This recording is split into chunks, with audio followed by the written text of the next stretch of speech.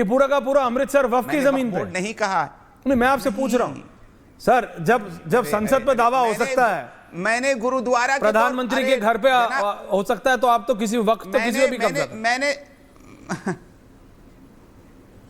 नहीं, आपने शायद कुछ ज्यादा ही वो कर लिया। मैंने कहा कि ये गुरुद्वारा, ये जो अमृतसर का जो गोल्डन टेंपल है, मैं उसकी बात मैं कर रहा हूं प्रॉपर, कि वो अकबर ने दिया था उस वक्त के सिख गुरु को, ये मैं कह रहा हूं, और वो इसे गुरु ही के तौर पर हमेशा रखा जाएगा। ये वक्फ की बात मैंने, वक्फ करने का मतलब ये कि जब जो चीज दे दी जाती है, जिस मकसद से यूज होने लगती है, वो उस मकसद से होगी। ये मॉल का कौन सा यूज होता है सुधांशु जी? मंदिर, मस्जिद, गुरुद्वारा, गिरजाघर में समझता हूं, ये मॉल का यूज भी वक्फ में आता है क्या? शॉपिंग मॉल कॉम्प्लेक्स का भी नहीं, वक्फ में आता है? पहले मैं कहना चाहूंगा, ओके, देखिए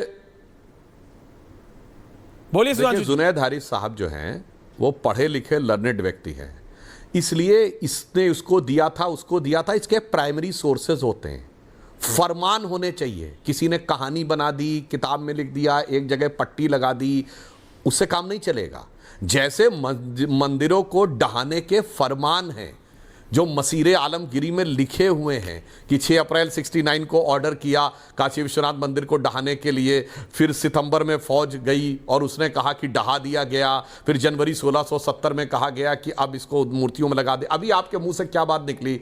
आपने कहा कि औरंगजेब ने फला फला को दिया और कामाख्या मंदिर को भी दिया। अरे जनाब, कभी असम तो मुगलों के कब्जे में रहा ही नहीं, कोई जाके चेक कर ले। बैटल ऑफ सराय घाट 1671 में अहम राजाओं ने भूसा भर दिया था मुगल आर्मी का, वो कभी वहां तक जा ही नहीं पाए और कामाख्या मंदिर को दान कर दिया। यही मैं कह रहा हूं सर, गजब की थ्योरियां हैं, ये लेफ्टिस्टों ने पढ़ाया। कोई जो लाखों दर्शक देख रहे हो जाके देख ले, मुगलों ने एक आखिरी अटेम्प्ट किया 1671 में, और वो बैटल ऑफ सराय घाट कहलाती है। लचित बरफुकन की सेनाओं ने, और वो नेवी के ऊपर भी लड़ाई हुई बरसात के दौर में, मुगल आर्मी की ऐसी तैसी कर दी थी। और वो औरंगजेब तुम्हारा 1707 में, सर कहां गए कब तक? इसीलिए मैं कह रहा हूं सर, कहानियों पे नहीं, प्राइमरी सोर्सेस पे क्लेम होना चाहिए। इसीलिए ये बादशाही का जमाना नहीं है कि मैंने कह दिया तो मान लिया जाए, सबूत होगा तो माना जाएगा और उसका पूरा एहतराम किया जाएगा।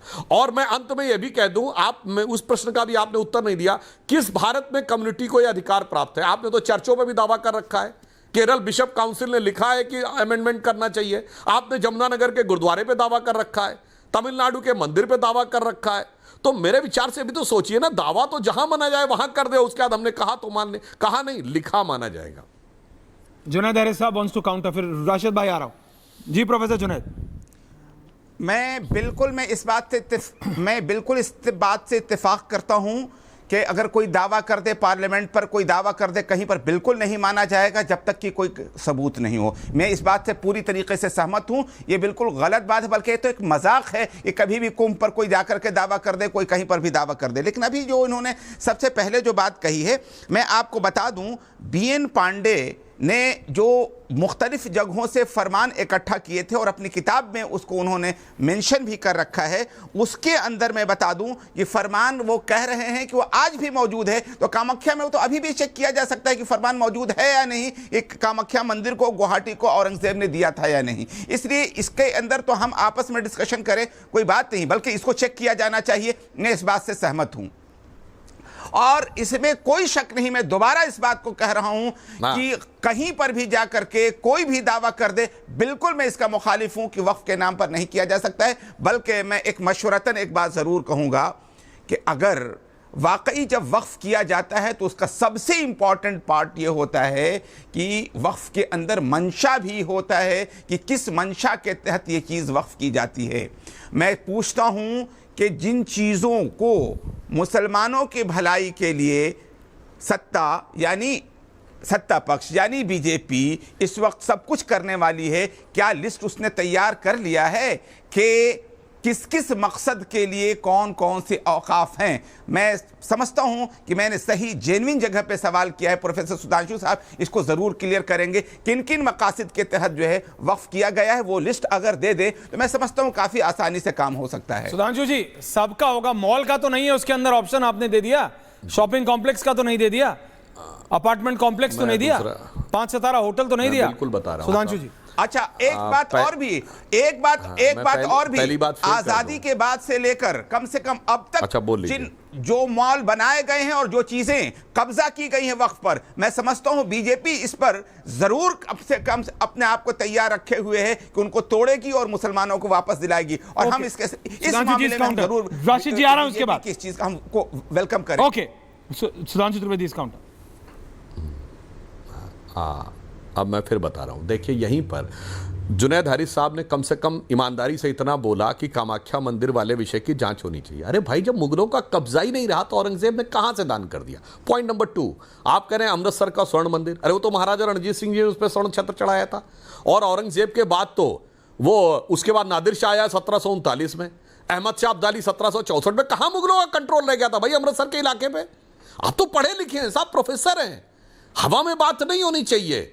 और मैं एक और ईमानदारी से बात करना चाहूंगा, आप भी हैं मुस्लिम स्कॉलर, मौलाना अंसार रजा भी बैठे हुए और तीसरे मुस्लिम स्कॉलर बैठे हैं। अगर यह माना जाए कि किसी मुगल बादशाह ने मंदिर को दान दिया बकौल आपके, तो बुत परस्ती में इबादत में मदद करने वाला इस्लाम से खारिज है या नहीं?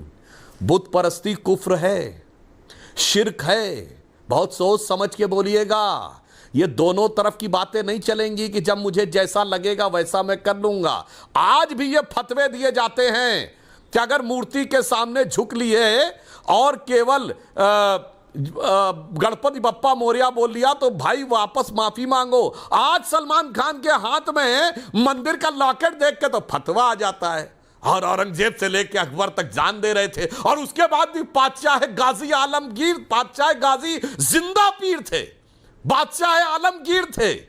तो गजब के तर्क है सर, कोई भी पढ़ेगा तो दोनों बातें आपस में एक दूसरे को कच कच कच कच काटती हुई नजर आती हैं। इसीलिए जिन पांडे जी वगैरह का आप उदाहरण देते हैं, सब ज्ञानदेव पांडे ने इसी प्रकार का दुष्चक्र फैलाया हुआ है लेफ्टिस्टों ने। हमें उससे हटकर ईमानदारी से खड़े होइए और इस्लाम की जो शानदार परंपरा है भारत के इतिहास में, जो मलिक मोहम्मद जायसी, अब्दुल रहीम खान खाना, सैयद इब्राहिम रसखान, आलम शेख, अमीर खुसरो, वहां से लेके वीर अब्दुल हमीद, अशफाक उल्ला खां, डॉक्टर एपीजे अबुल कलाम, उस्ताद फरीदुद्दीन डागर, उस्ताद जाकिर हुसैन, इनसे जोड़िए ना। काहे बाबर तुगलक औरंगजेब से अभी भी जोड़ने में लगे हुए हैं, और फिर आकर इसरत जहां याकूब मेनन और जाकिर नाइक से जोड़ने में लगे रहते हैं। ये लाइन छोड़िए, असली लाइन पकड़िए।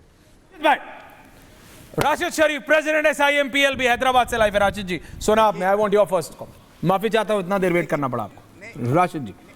बिल्कुल सर, मैं हमारे सुधांशु जी से बिल्कुल आसान सा सवाल पूछना चाहता हूँ।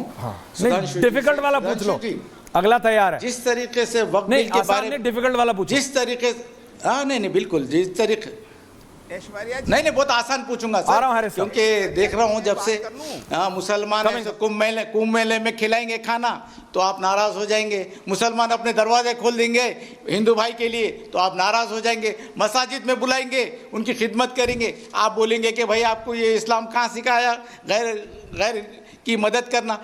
इस तरीके से नहीं करना चाहिए सर। इंसानियत सबसे पहले है सर, इंसानियत सबसे पहले। वो अकबर क्या करा, औरंगजेब क्या करा, कोसी मंदिर को दिया, कोसा वक्त, उसका रिकॉर्ड क्या है। मैं ये जो यहाँ पे जो संसद में, लोकसभा और राज्यसभा में जो बिल पास हुआ है उसके बाद की कार्रवाई मैं आपको बता रहा हूँ। ये RSS क्यों एक्टिव हो गई सर, बीजेपी क्यों एक्टिव हो गई एकदम? ये तो सरकार का मामला है। ये बिल पास हुई मुसलमानों के लिए अच्छाई के लिए हुई, मुसलमानों की बेहतर जिंदगी के लिए हुई। कुछ अगर करना है जो नहीं करे वक्फ बोर्ड वाले, अगर ये लोग कुछ करना, सरकार कुछ करना चाह रही तो प्लीज, मगर एकदम एक्टिव होके RSS, बजरंग दल, BHP एक तमाशा कर दे मंदिरों पे, वहां पे ऐसा नारे लगाना चालू कर दिए, जय सिया राम जय। अरे इससे क्या ताल्लुक है? और एक बात बता रहा हूं आपको, दरगाहों में चादर निकाल के फेंक रहे, जनाजे की जनाजा है तो कब्रिस्तान में लेके नहीं जाने दे रहे।